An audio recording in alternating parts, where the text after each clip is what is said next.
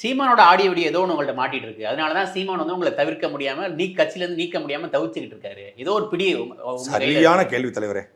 4 செல்போனை திருச்சி மரியாதைக்குரிய டிஐஜி அவர்கள் எடுத்திருக்காங்க இது வரைக்கும். 2021 என்னுடைய ஐபோனு +1+.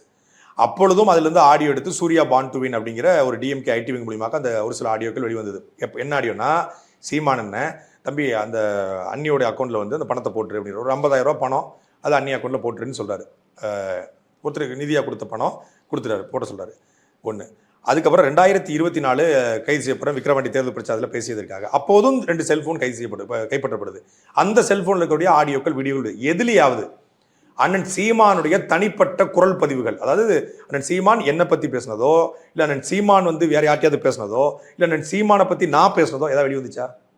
என்னுடைய வாட்ஸ்அப்புக்கு சாதாரணமாக வாட்ஸ்அப்பில் ஒரு குறுஞ்செய்தியாக போடக்கூடியது அது வாட்ஸ்அப்பில் இருக்குது. நீங்கள் வாட்ஸ்அப்பை டெலிட் பண்ணாலும் கூட திருப்பி நீங்கள் வந்து அன்இன்ஸ்டால் பண்ணி இன்ஸ்டால் பண்ணிங்கன்னா அது மொத்த பேக்கப் வந்துடும். அப்படி பேக்கப் ஹிஸ்ட்ரி எடுத்து அவங்க வெளியிட்டிருக்காங்க. இது அண்ணன் சீமான் சாதாரணமாக ஒரு தம்பிக்கு போட்டது. தம்பி அவனை போய் பாடுறா, இந்த ஆஸ்திரேலியாவில் அண்ணன் சொன்னார் தேர்தல் பிரச்சாரத்துக்கு அவர் நிதி வாங்கடா, இப்படி இந்த கான்வர்சேஷன் தான். தவறான ஒரு இது வந்துச்சா?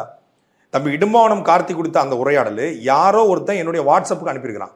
இன்னொன்று எனக்கு வந்து 2 செல்ஃபோனு, அந்த ஒன்று ஐஃபோனு, இன்னொன்று வந்து OnePlus வச்சுருந்தேன். இப்போ வந்து சாம்சங் வச்சுருந்தேன். அதில் வந்து இந்த சாட்டையுடைய இது அலுவலக நம்பருக்குலாம் அதுவும் ஒரு வாட்ஸ்அப்பாக தான் வச்சுருக்கேன். அதில் எக்கச்சக்கமான ஆடியோ வரும். அப்படி அந்த ஆடியோவில் ஸ்டோர் ஆகி கிடந்திருக்கு. அதை எடுத்து தான் வெளியிட்டு அதை வெட்டி ஒட்டி பரப்புனாங்க. அப்புறம் இந்த காளியம்மாள் குறித்த வந்து எல்லா ஆடியோமே உண்மைதானா சார்? அதில் நிறைய ஆடியோக்கள் வெளியே வந்தது. எல்லா ஆடியோக்களுமே வெட்டி என்னுடைய அலைபேசியிலேருந்து வெட்டி ஒட்டி பரப்பப்பட்டிருக்கு.